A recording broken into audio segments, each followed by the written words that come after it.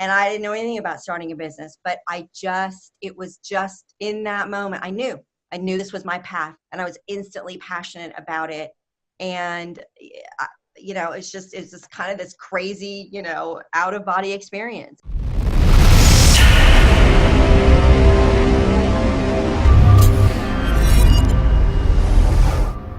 Today's guest, Melinda Garvey, all the way from Austin, Texas, to inspire us on how she is unstoppable. Melinda, you have a great story. Welcome to The Unstoppables. Thank you so much. I'm happy to be here. Well, you're the founder and publisher of Yes. AW Media. It publishes Austin Woman Magazine. It's 13th year. Congratulations, of publication. Yeah, actually, it's our 16th. 16th. I had 13. I missed 3 years. Now he's 16. Now I really need to send you a congratulatory bouquet of flowers, right? You're the founder of OnTheDot Woman. And OnTheDot is your daily dose for women of inspiration and information of women in business that's designed to be absorbed in less than 4 minutes. Boy, you are hitting people with my level of ADD. So that's great. That's all we have. That's really all we have. You're a graduate of DePauw. You're Hoosier, Indiana. Yes. And you have a master's in international management from the University of Maryland. So you're a terrapin as well. You married your business partner, a New Zealander, and you have an 8-year-old son. How does that work with no separation between church and state? Yeah, well, it's tough. It's funny. I was on a panel the other day, and somebody asked about husbands and wives working together, because 2 of us on the panel, and we both said, okay, we would never recommend it. And I think that most people that you talk to would just, it's something that you figure out how to work out, right? But it's certainly, it's never ideal. I mean, it has a lot of really great ups to it, but I think that in terms of your personal life, you have to be really regimented about being able to turn things off and turn your focus away from the business, which is super difficult. Well, you seem to have found a way to straddle the balance.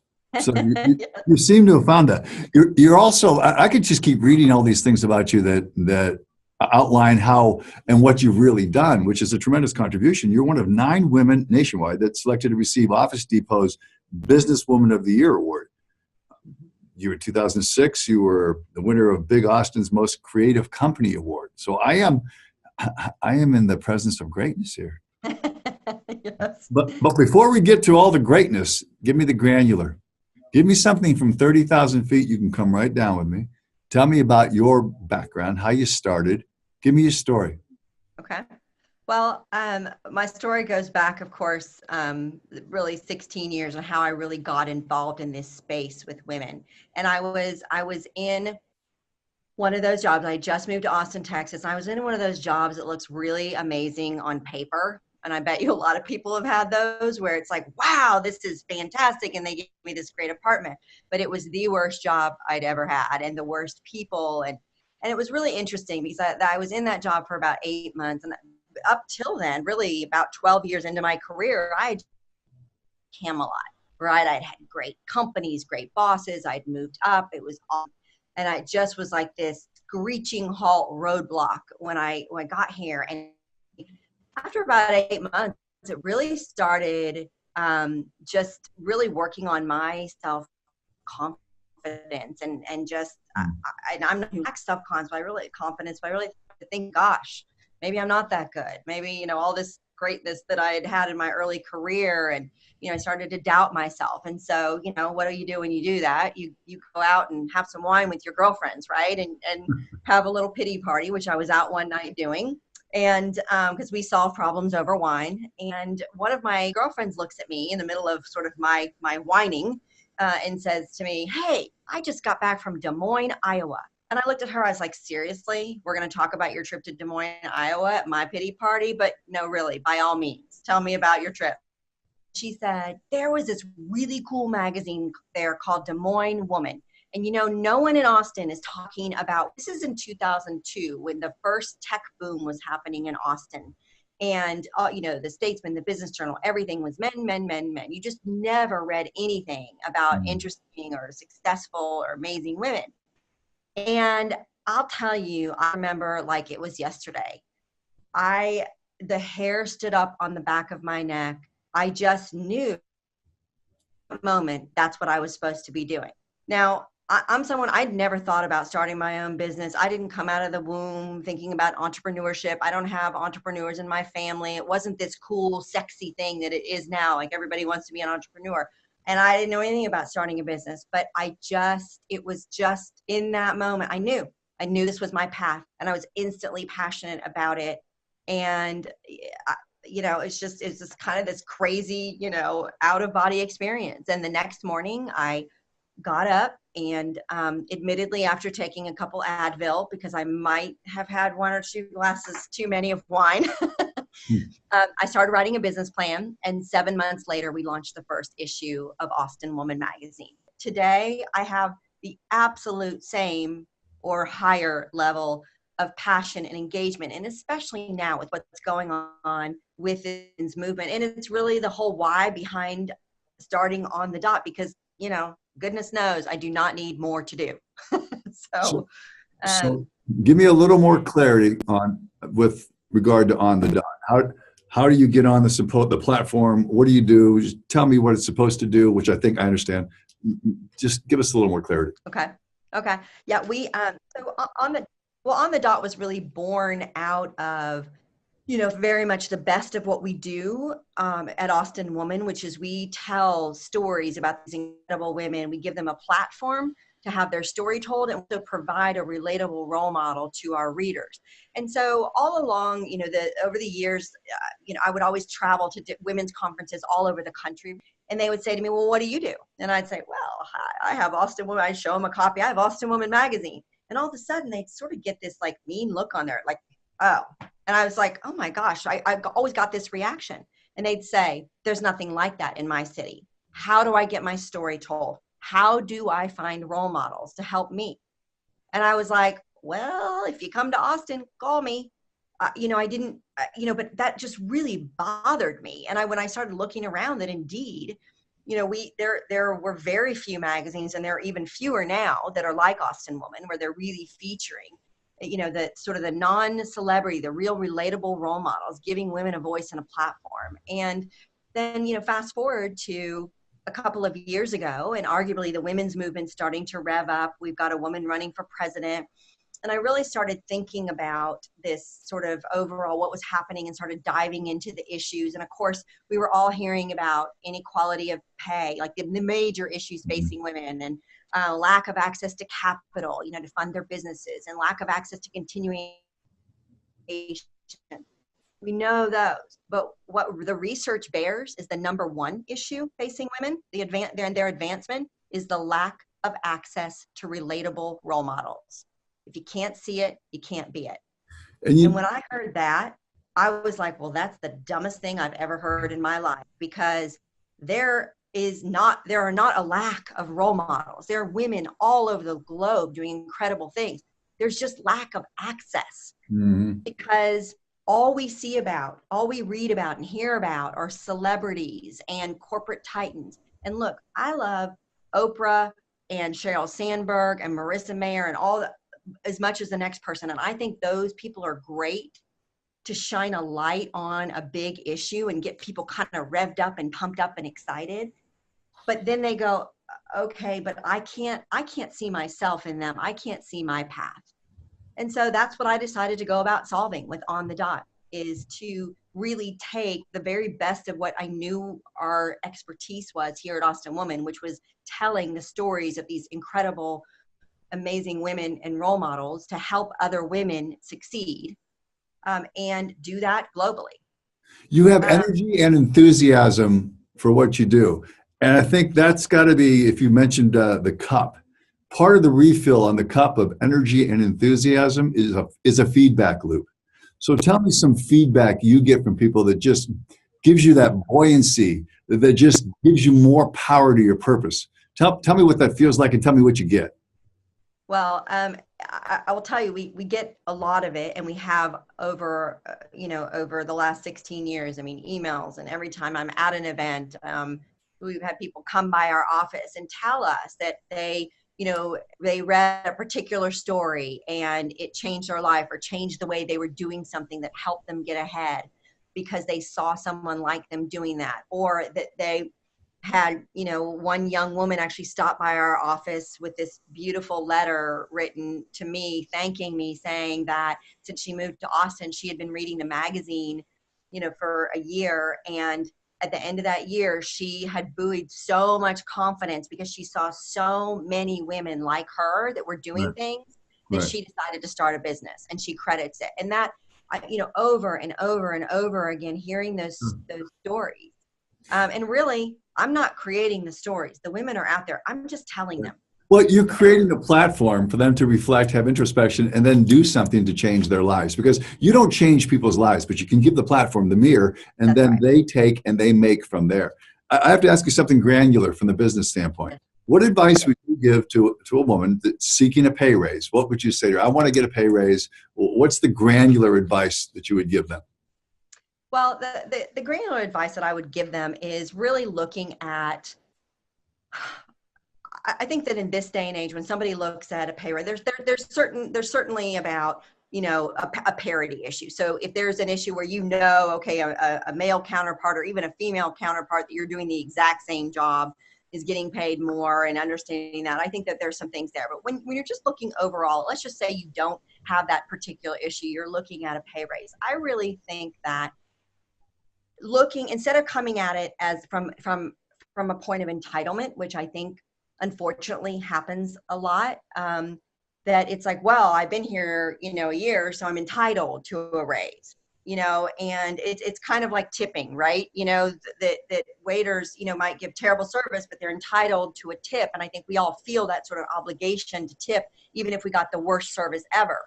But really what it should be is about like, okay, wow, you have done exceptional work. So I think really looking at, where have I really gone above and beyond? What are my highest and best use skills, and how have I used those? How have I grown in this role? And then the last piece of it, really outlining that, because it's not that your boss doesn't necessarily know that or see that, but you got to remember, they're doing their job too. Everybody's busy, and sometimes stuff gets done and you don't really know how it gets done. So really kind of outlining and pointing out those things, but in a very, pitch yourself in a way, like you would if you were going for a job interview. And then the last piece of this, which I think is the critical piece that I believe that so many people in general, but women miss, is, okay, and a raise is like, okay, so now if you're going to give me this, what else can I do to bring the company forward? So it may not be it's not just, I'm going to do the same job, but just do it for more money because I've been here a long time. It's like, okay, how now do I elevate it? Even if it's just this little tweak, like, you know what? And here's how I'm going to take this to the next level. Here's what I'm going to contribute to elevate, to contribute to revenue, to contribute to ideas, to move the company forward. As the owner of a company, that's what I'm looking for as the owner of a company. I'm looking for vertical. I'm looking for people who are growing their talent, growing their skill sets so they can grow vertically. I don't want to keep paying horizontally, because the light is going to shine on that salary, and I'm going to look at the performance and say, hey, can I get this somewhere else for much less? Because your skill set hasn't grown. So I always tell people, you want to get up on the radar. You get on the radar by doing exemplary work, by putting yourself in position where we notice the work. And noticing the work means you're taking care of the clients. We're getting feedback loops on that. And what you said is brilliant. Come to me and tell me what you're going to do for the company, how you're going to grow the company, and then I'm going to look at how we can grow you. It's a great answer for that, because we're in the same church, almost in the same pew on that. How would you define give me your version of success? Oh, gosh. It's interesting you asked that, because I think I've been struggling a lot with that as a kind of now a second time serial entrepreneur is what I'm called. I think serial entrepreneurs might become the serial killers, because like we're so stressed out. It went through my head for a minute. Jeffrey Dahmer went through there for a minute. But yeah, exactly. But I think struggling with that success, because certainly success in my world is absolutely the feedback that I was telling you about from the women, and that advancement, that is critically important. I'll tell you, this ain't no get rich quick scheme, okay? Especially running a print magazine monthly. I mean, this is driven out of deep passion and understanding that we're making an impact. I I love looking at fluff magazines sometimes and pretty pictures and whatever. I could not run one of those magazines because that's not what would drive me in terms of the passion. So I really believe in what we're doing, and that is an absolute indicator of success. But I think that as a second, I'm in startup mode again with OnTheDot. So I have one company that I bootstrapped and grew, and that's still going on, although, it's a small business. And then I have this other company where I just closed a round of funding at the end of this year. This is a company that I have to scale globally, and I am way out of my realm, right? And I'm learning, and it is humbling and terrifying, and all those things that I remember going through when I first started Austin Woman. It's not easier the second time. And in fact, I think it's more difficult because I have more pressure on myself. I feel, whether it's true or not, that people are watching me like, okay, she's done this. And the pressure to be successful financially, to really explode this thing, from investors, from people that know me. I mean, it's a head game, right? Sure. Yeah. So it's a tough definition right now. And, something I'm struggling with. Well, this may be an easier one. Tell me about your biggest failure and what you learned from it. Oh gosh. I think that my biggest failure is not getting out of the day-to-day of my business soon enough. I'm really not. That's not my best. My best is at a 30,000 foot view. My best is strategy. My best is working with clients and developing relationships. And I'm really passionate about that. When I get into the minutia, the day-to-day, the employees of this, I'm not the same person. I'm not my best self, and I'm not in my highest and best use. And that's a really common thing that happens, especially to small business owners. We have to do it all. But it's really tough because I need to be working on the business rather than in the business. We hear about that a lot, but it really is, I think that my failure has been that we probably, in a lot of ways, would be in a different place had I actually gotten out of my own way. Right. So, well, that's true for most of us. The audience is asking, where can we find you? So tell me where we find you. yes. OnTheDotWoman.com. And so OnTheDot is, as I was telling, our new launch. It is a daily mini podcast and newsletter. So you sign up, it's free. It comes to your inbox at 6 a.m. on the dot, no matter what time zone you're in. And if you want to read it, you can read it, or you can press play and you can listen to a 4-minute audible. And it's a really fun, it's just a fun way to learn about women and to learn about these incredible, relatable role models. And what I look at this as is that we need to, I'm going to date myself, but back in the day, my sales manager used to make us listen to cassette tapes on the way to, well, hey, at least I didn't say 8-track, okay? No, you didn't say that. On the way to work, motivational tapes, right? Zig Ziglar and all the big guys, right? To really, like, every day we had to listen to those when we drove into work to really train our brain to be positive and, forward thinking and abundance, right? All that. This is a very similar concept. There's so much negativity going on right now with the women's movement, and understandably, right? That's how movements get started, because people are upset and angry and wrongs have happened, and the Me Too movement and everything is kind of sitting on this one end of the spectrum, and those are all important things and they're being worked on and shining a light on those. But where OnTheDot lives, we're in this movement, but we've kind of created a movement of our own on this other end of the spectrum, this positive, this forward thinking, this place of abundance, right? Because they're not a lack of role models. Right. So that's what we're trying to give women every day, is that if you spend 4 minutes just training your brain with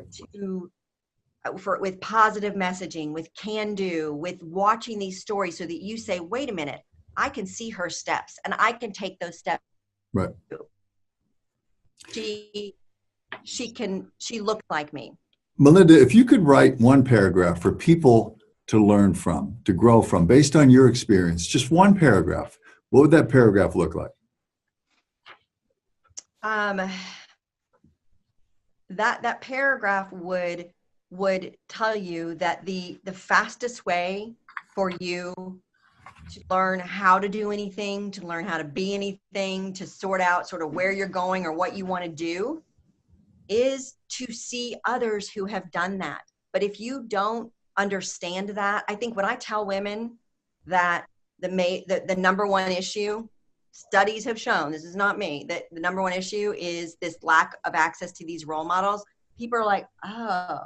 But then when they start thinking about it and putting, I have to educate them on that first and have that aha, and then say, okay, now you have to do something about that. They're out there, and I'm just giving you a really easy way to do that. You have to put those people in front of you every single day. And you know what? You may listen for a week and just love the story, but maybe you don't see the pattern. And one day it's like, that's it. I can see it because somebody did this one thing. That's what we have to do. But we have to take charge of that and help ourselves. And like I said, I'm trying to make it so easy that while you're putting on your mascara in the morning, you can have that 4 minutes of inspiration, but not just inspiration, but of actionable steps, seeing someone walk that path that looks like you. See, I think you would have said, get a couple bottles of wine, get some Advil, Tylenol, get with your best friends and just figure it out. She's a role model for others. Her name is Melinda Garvey. She has an abundance mentality. She has passion. She has purpose. She has energy. And you've been a tremendous guest on the Unstoppables. That's what makes you unstoppable, by the way. But I want to say thank you very much. The information was fantastic. People are seeking you out as I speak on Instagram. And before we sign off, thank you for joining us very much from Austin, Texas, all the way coming out of a soggy place, Southern California. It's kind of an oxymoron to even say that, but it's true. It's soggy. So, ladies and gentlemen, if you want more guests like Melinda Garvey, you have to subscribe now to the Wooditch Network. That's the place where you find this great stuff. That's where you find your role models. That's where you find your way forward. So your call to action, get on the Wooditch Network. Subscribe today. This is Bill Wooditch, Unstoppable. Melinda, you are definitely. Thank you. Thank you.